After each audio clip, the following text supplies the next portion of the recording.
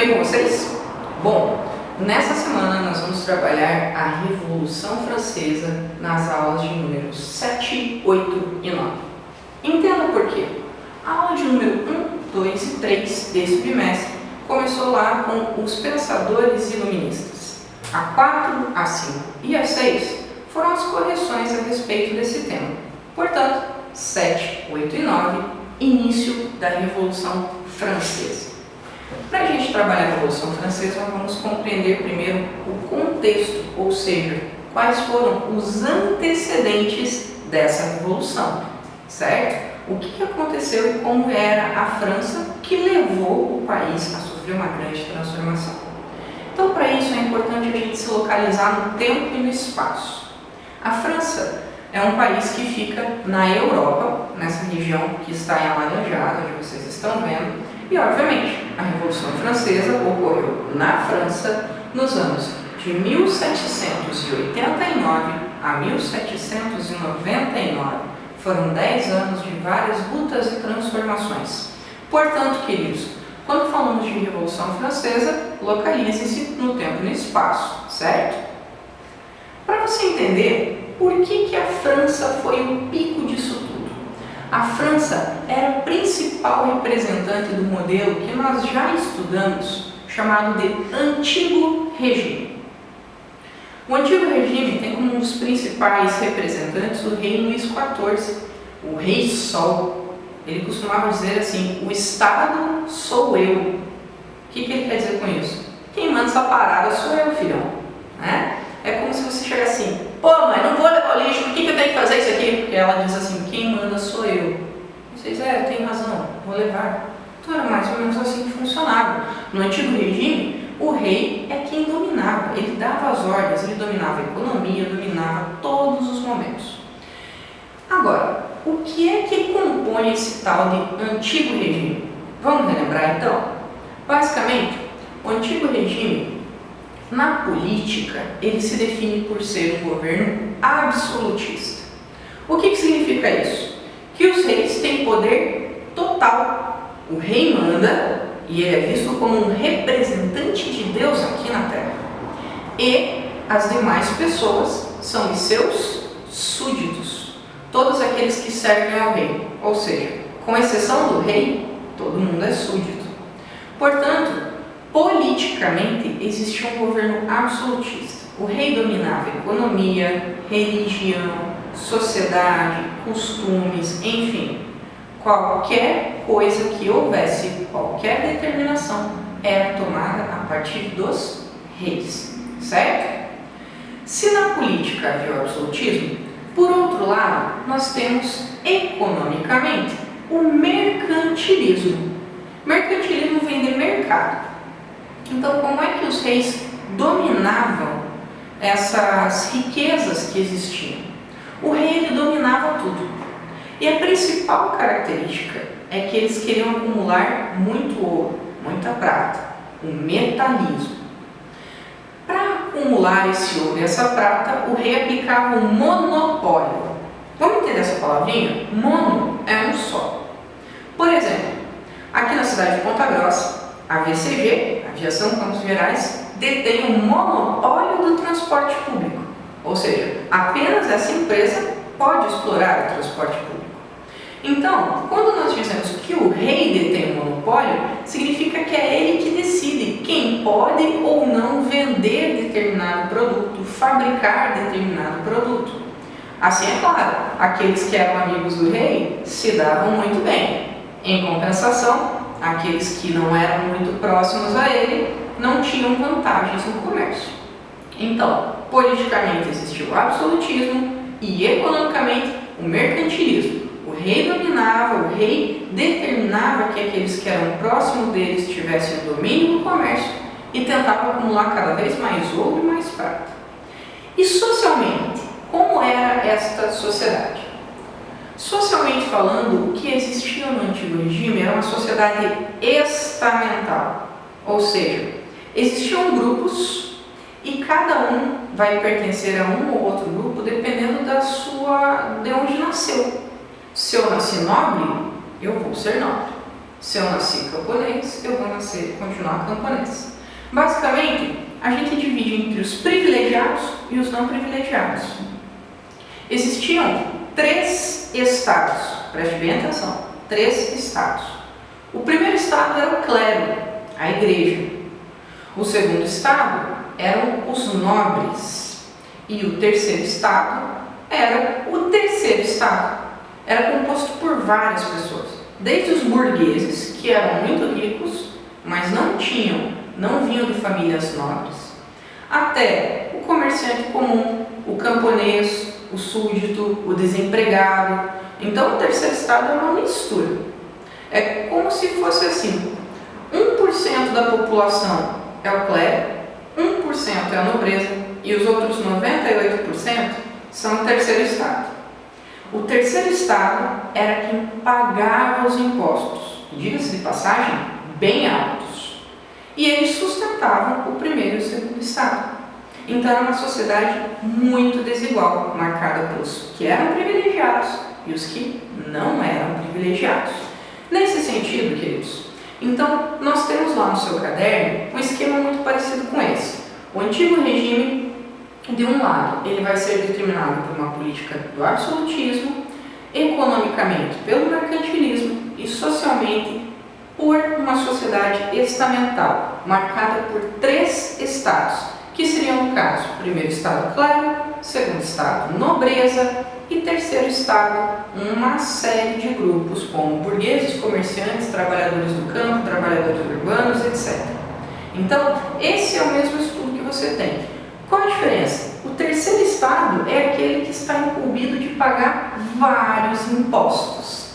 E é esse terceiro estado que, obviamente, não está contente com esse antigo regime. Afinal de contas, é ele que sustenta tudo isso daí, essa máquina tão pesada.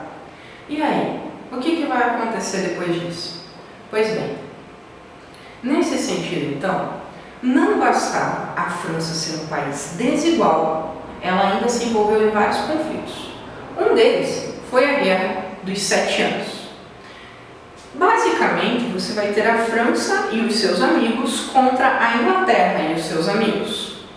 Acontece que nessa disputa por territórios, a França levou a pior e perdeu feio para a Inglaterra. Então, o que aconteceu com o terceiro estado? Ele teve que pagar ainda mais impostos, já que agora eles perderam dinheiro.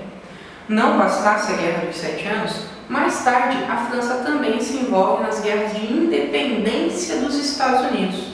Aí você fala assim, peraí, o que a França tem a ver com a independência dos Estados Unidos? Eu te explico. Os Estados Unidos eram uma colônia da Inglaterra. E eles queriam se tornar livres dos ingleses. Logo, se os Estados Unidos se tornam independentes, isso é ruim para a Inglaterra. E quem é o maior inimigo da França? A Inglaterra.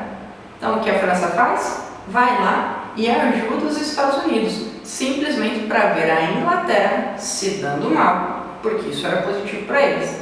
Tanto é que os Estados Unidos têm um símbolo gigantesco chamado Estátua da Liberdade, que foi um presente dado pelos franceses para eles, certo? Liberdade no sentido de ideais iluministas, de se ver livre da dominação inglesa e assim por diante. Ou seja, a sociedade já era desigual, eles já pagavam impostos pra caramba e ainda se endividaram um monte com vários conflitos armados. Isso, queridos, obviamente esse endividamento vai acabar pesando sobre o terceiro estado, que já não estava contente com a situação que existia. Nós temos aí a faca e o queijo, então, para uma nova revolução, porque a economia estava decaindo cada vez mais e isso significava aumento de impostos. E aí o que vai acontecer, queridos? Nesse sentido, então, como é que vamos solucionar a crise? E agora? O que vamos fazer para solucionar essa crise? A França está endividada. O rei convocou uma assembleia como solução para a crise, chamada de Assembleia dos Notáveis. Então ele chamou todos os nobres, o alto clero, né, as pessoas importantes, consideradas notáveis, e falaram: olha pessoal, é o seguinte, o país está endividado, o que nós podemos fazer para resolver esse problema? Já sei, aumenta os impostos do terceiro estado. Bom, queridos, o terceiro estado já pagava imposto pra caramba. É claro que quando foi lançada essa proposta, eles vão se revoltar e vão para as ruas. Então, lança-se aí uma segunda proposta. O rei é obrigado, então, a convocar o chamado Estados Gerais, que é uma outra assembleia, uma outra reunião. Só que qual que é a diferença? Nos Estados Gerais, os 3 estados são convocados, primeiro, segundo e terceiro estado. O terceiro estado não queria de maneira nenhuma que os impostos fossem aumentados. Então eles começam a lutar por mudanças nesse sentido. E aí, o que é que vai acontecer? Esse terceiro estado, então, resolveu não arredar o pé. Olha, não pode aumentar, nós não temos mais de onde tirar dinheiro para pagar tanto imposto e sustentar vocês. E aí começa uma briga. Por quê? Seguinte, na Assembleia dos Estados Gerais tinha um problema muito sério. Normalmente, votava-se por estado e não por cabeça. O terceiro estado queria que o voto fosse por cabeça, ou seja, um cidadão, um voto. Enquanto que o primeiro e o segundo estado queriam que a votação fosse a partir de estados. Porque assim, junto o primeiro estado com o segundo estado, 1 mais 1, 2, ganhamos do terceiro. E o terceiro estado queria que fossem votos por cabeça, porque assim eles teriam alguma chance de mudança. Acontece que o rei falou: não, sempre foi votado por estados, vamos manter o voto por estado. E aí, esse grupo do terceiro estado se sentiu extremamente prejudicado. E o que eles fizeram então?